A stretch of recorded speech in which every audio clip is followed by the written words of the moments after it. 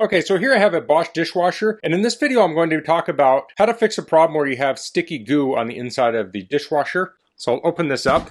So the source of the goo is the rinse aid. It gets here on this handle. So when you go to pull this rack out, you get it on your fingers. It also, you'll find it on the door, and then it sometimes gets on the dishes too. So to fix it, we're going to replace this door. So this is the specific model of dishwasher I have, but this is probably similar for other Bosch dishwashers. So you want to check your part number with the part I'm using. And this is the part here. And if you find this video helpful and you want to purchase one of these, I'll put a link to it on Amazon. And if you use that link, it helps me out a little bit and doesn't cost you anything extra. So I'll put the part number up on the screen here. And this is a replacement door. So we want to remove the current door.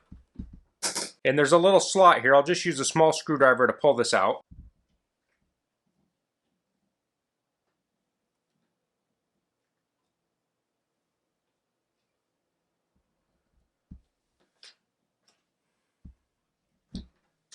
Now you can see one part has a little slit in there. I'll put this side in first.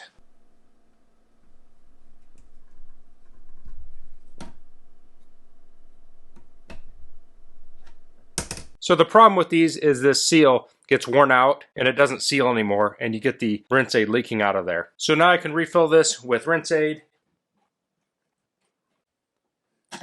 So now I'll close that and we're good to go. So that's all I'm going to cover in this video. If you have any questions, please leave them in the comments. If you like this video, please click like. If you haven't subscribed to my channel, I'd appreciate if you could do that. And thanks for watching. Until next time, goodbye.